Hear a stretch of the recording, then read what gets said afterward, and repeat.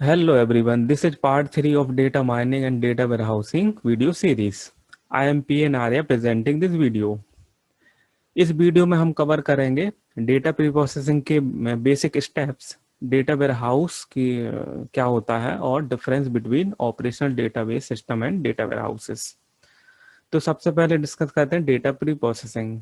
तो data pre processing हम क्यों करते हैं, क्यों ज़रूरी है डेटा प्री प्रोसेसिंग से, तो इसको समझना सबसे पहले ज़रूरी है। तो रीजन इज दैट है कि the complex big huge data set use for data analysis and mining, it will take a long time to data analysis and also generate inaccurate, impractical and infeasible results। तो इसका मतलब ये है कि जो हमारा जो डेटा होता है वो बहुत कॉम्प्लेक्स और उसकी साइज बहुत बड़ी होती है और उस डेटा में बहुत सारा नॉइस रहता है जो कि हमारे काम का मीन्स हमारे काम की भी इंफॉर्मेशन उसमें नहीं रहती। तो बहुत सारी नॉइस उसमें रहती है। तो इस वजह से यदि हम उस डेटा पर कोई एल्गोरिथम या कोई टेक्निक हम लगाते हैं तो हमारे जो रिजल्ट है ना वो बहुत गंदे रिजल्ट आते हैं। मीन्स क्योंकि गंदे डेटा पर हम कोई एल्गोरिथम लगाएंगे तो रिजल्ट भी हमें गंदे ही मिलेंगे। तो उस डेटा को इसलिए हमको क्लीन करना बहुत ज़रूरी, मीन्स प्री प्रोसेसिंग करना बहुत ज़रूरी होता है इस डेटा को। तो यदि डेटा को जब हम मीन्स क्लीन करते हैं या प्री प्रोसेसिंग करते हैं तो उसमें कुछ आगे स्टेप्स होते हैं वो हम डिस्कस करेंगे। उससे पहले हम कुछ और डिस्कस करते हैं कि डेटा जो हमारा डेटा की क्वालिटी होती है उसके क्या क्या फैक्टर्स होते हैं। तो सबसे पहले यहाँ पर जो डेटा की क्वालिटी है कि जो डेटा अच्छी क्वालिटी का है तो वो हमारी एक्सपेक्टेशन है या जो हमारी रिक्वायरमेंट है उसको भी हम वो डेटा फुलफिल करता है। क्योंकि यदि अच्छी क्वालिटी का डेटा है तो हमारा रिजल्ट भी अच्छा ही जनरेट करेगा। तो इस तरह से कुछ डेटा के फैक्टर्स होते हैं कि डेटा किस कॉन्टेक्स्ट में अच्छा हो सकता है। जैसे पहला एक्यूरेसी, तो डेटा में एक्यूरेसी होना चाहिए पहला। दूसरा कंप्लीटनेस, डेटा कंप्लीट होना चाहिए, उसमें कोई रिकॉर्ड गायब नहीं होना चाहिए, मिस नहीं होना चाहिए, सारे कॉलम्स है वो सारे कॉलम्स होना चाहिए। कंसिस्टेंसी होना चाहिए डेटा में कि रेगुलरली डेटा जो है वो कंसिस्टेंट होना चाहिए, मीन्स डेटा में रेगुलरिटी होनी चाहिए। टाइमलीनेस होना चाहिए डेटा, मीन्स जैसे किसी कंपनी का डेटा है तो किसी company regularly data means submit करती है।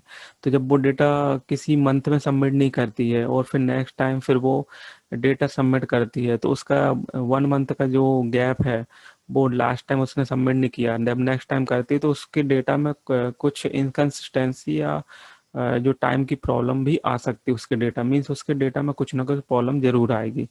तो इस तरह से डेटा मीन्स उसका टाइमलीनेस होना चाहिए, means time to time data update होना चाहिए, मीन्स कंसिस्टेंसी होना चाहिए डेटा में। फिर नेक्स्ट है बिलीवेबिलिटी, मीन्स डेटा आपका जो है ना एकदम ओरिजिनल डेटा होना चाहिए। जैसे उसमें कुछ रिकॉर्ड्स हैं तो उसमें रिकॉर्ड्स कुछ फर्जी रिकॉर्ड मीन्स फेक रिकॉर्ड नहीं होना चाहिए, जैसे ABC XYZ इस तरह के जो रिकॉर्ड नहीं होना चाहिए, एकदम एक्चुअल रिकॉर्ड होना चाहिए, एक्चुअल जो इन्फॉर्मेशन है वो उसमें फिलअप होनी चाहिए।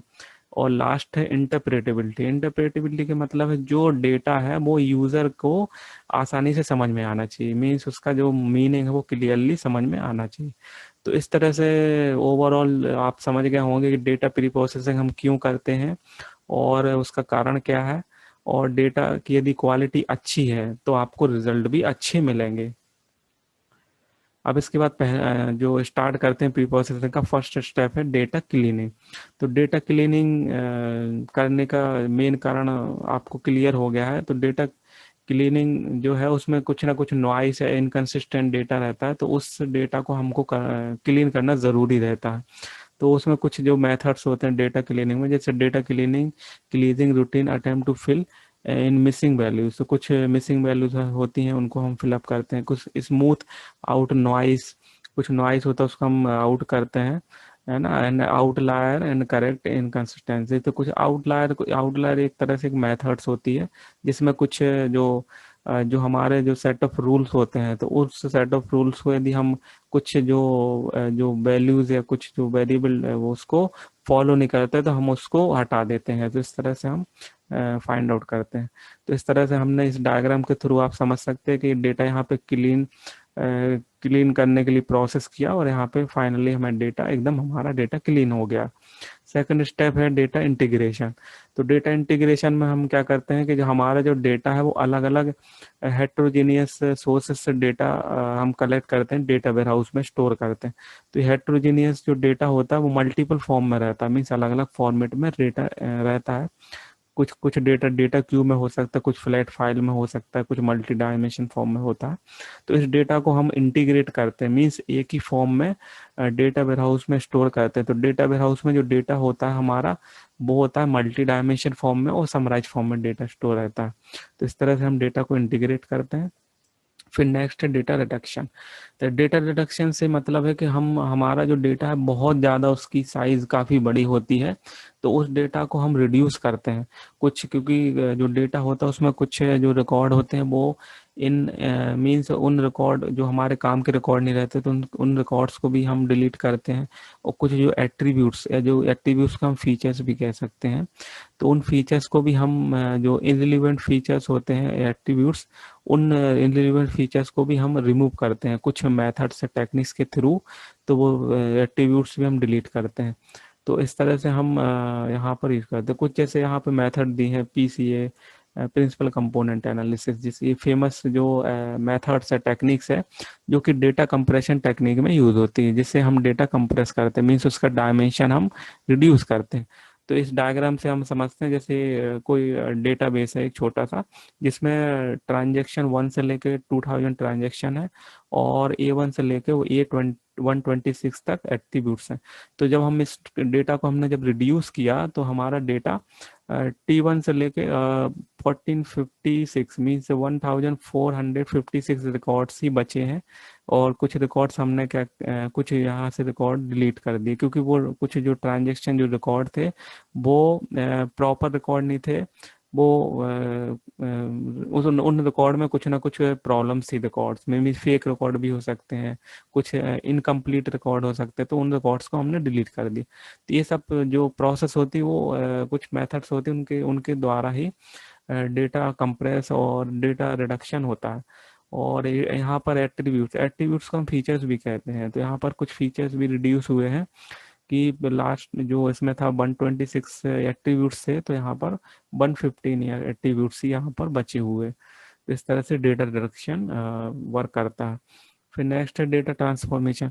डेटा ट्रांसफॉर्मेशन भी एक तरह से जो प्रॉपर फॉर्मेट होता है उस प्रॉपर फॉर्मेट को में हम डेटा को बनाते हैं।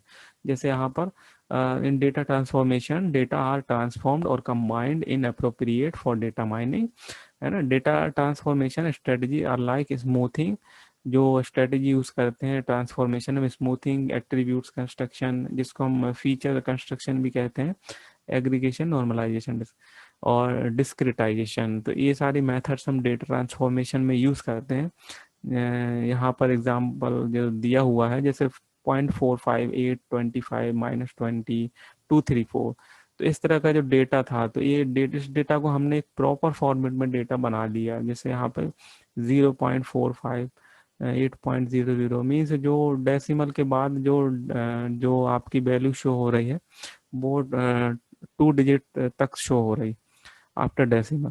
तो इस तरह से डेटा फॉर्मेट बनाने के बाद ही हम फिर इस पर हम ऑपरेशन परफॉर्म कर सकते हैं, तो हमारे जो रिजल्ट है ना वो एकदम अच्छे रिजल्ट आएंगे। तो डेटा प्री प्रोसेसिंग कंप्लीट हो गया। अब हम आते हैं नेक्स्ट टॉपिक पर, डेटा वेयरहाउस। तो डेटा वेयरहाउस क्या होता है, 2 लाइन की डेफिनेशन है कि data warehouse is a subject oriented integrated time variant and non volatile collection of data in support of management decision making process. तो यहाँ पर 4 वर्ड से मिलाकर ही डेटा वेयरहाउस की डेफिनेशन बनाई गई है। तो पहला वर्ड है इसमें सब्जेक्ट ओरिएंटेड, फिर दूसरा है integrated, time variant and non volatile. तो एक एक वर्ड को हम क्लियरली समझते हैं कि सबसे पहले सब्जेक्ट ओरिएंटेड। तो सब्जेक्ट ओरिएंटेड क्या होता है, कुछ ना कुछ सब्जेक्ट से रिलेटेड ही डेटा वेयरहाउस में डेटा रहेगा, जैसे customer, supplier, product and sales, तो कुछ ना कुछ सब्जेक्ट रहेगा। दूसरा इंटीग्रेटेड। इंटीग्रेटेड का मतलब है जो अभी प्री प्रोसेसिंग में हमने डिस्कस किया कि डेटा वेयरहाउस में जो डेटा कंस्ट्रक्ट करते हैं वो मीन्स मल्टीपल हेट्रोजीनियस सोर्सेस से डेटा रहता है। तो उस डेटा को जब हम कलेक्ट करते हैं, इंटीग्रेटेड करते हैं, तो उसको एक प्रॉपर फॉर्मेट में डेटा वेयरहाउस में स्टोर करते हैं, जैसे मल्टी डायमेंशन फॉर्म में डेटा को स्टोर करते हैं।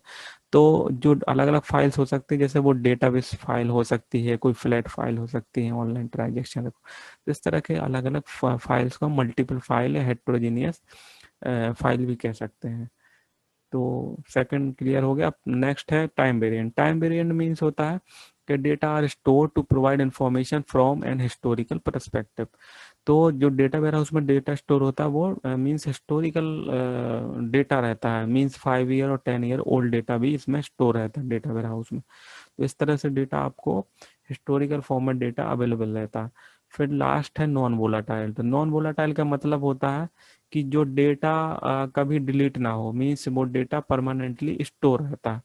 तो डेटा वेयर हाउस में जो डेटा है, और data warehouse is always a physically separate store of data transformed from the application data found in the operational environment. तो जो डेटा वेयर हाउस में जो डेटा स्टोर रहता है वो अलग अलग मीन्स हम उसके अलग अलग सेपरेशन कर सकते हैं डेटा के, कि ये हमारा डेटा किसी मीन्स कंपनी का है, ये किसी दूसरे कंपनी का है। इस तरह से डेटा को हम डेटा वेयरहाउस में पार्टीशन बनाकर सेव करते हैं, ताकि उसमें जो ड्यू टू दिस सेपरेशन, जो हम सेपरेशन करते हैं, our data warehouse does not require transaction processing, recovery and concurrency control mechanism।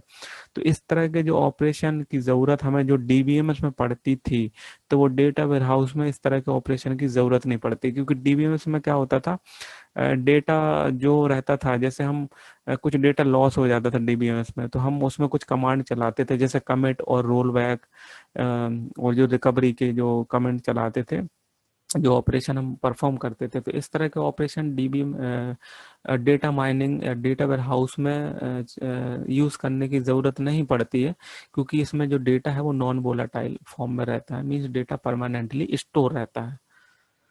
अब नेक्स्ट है जो डिफरेंस हम समझ सकते हैं, कि जो OLTP होता है, ऑनलाइन ट्रांजैक्शनल प्रोसेसिंग, और ऑनलाइन एनालिटिकल प्रोसेसिंग। तो जो हमारा OLTP को हमने यहाँ क्लियरली यहाँ पर लिख दिया है डेटाबेस, तो ये डेटाबेस पे अप्लाई होता है OLTP, और जो OLAP हो है वो डेटा माइनिंग पर अप्लाई होता है।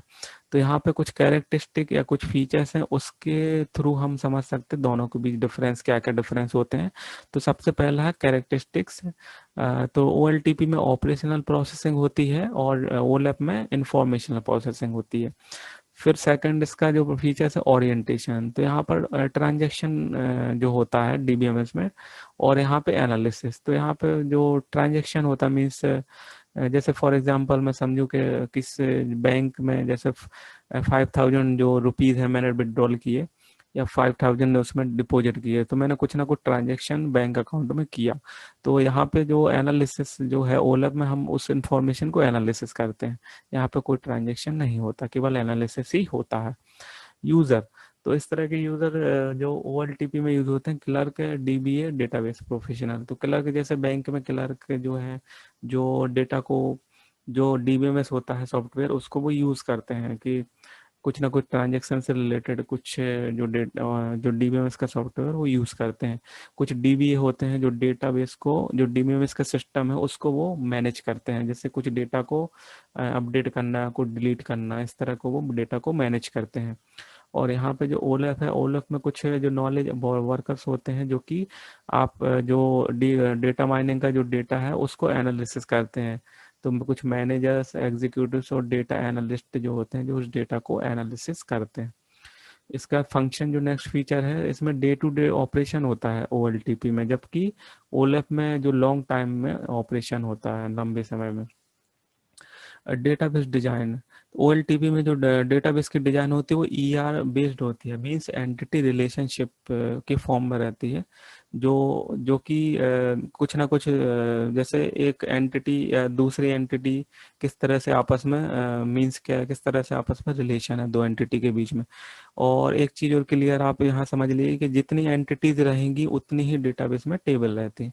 जैसे जैसे कोई कस्टमर नाम की कोई एंटिटी है, तो कस्टमर नाम की एक टेबल जरूर होगी। इसी तरह से उसका जो अकाउंट नाम की कोई टेबल है, तो अकाउंट नाम की भी एक टेबल रहेगी। कोई बैंक नाम की कोई टेबल है, तो एंटिटी है, तो वो बैंक नाम की एक टेबल जरूर होगी। तो इस तरह से हम समझ समझ सकते हैं कि इसको स्कीमा जो होती है। स्कीमा क्या होती है कि जो हमारा जो डेटा है उस डेटा को हम किस तरह से मेमोरी में रिप्रेजेंट करें।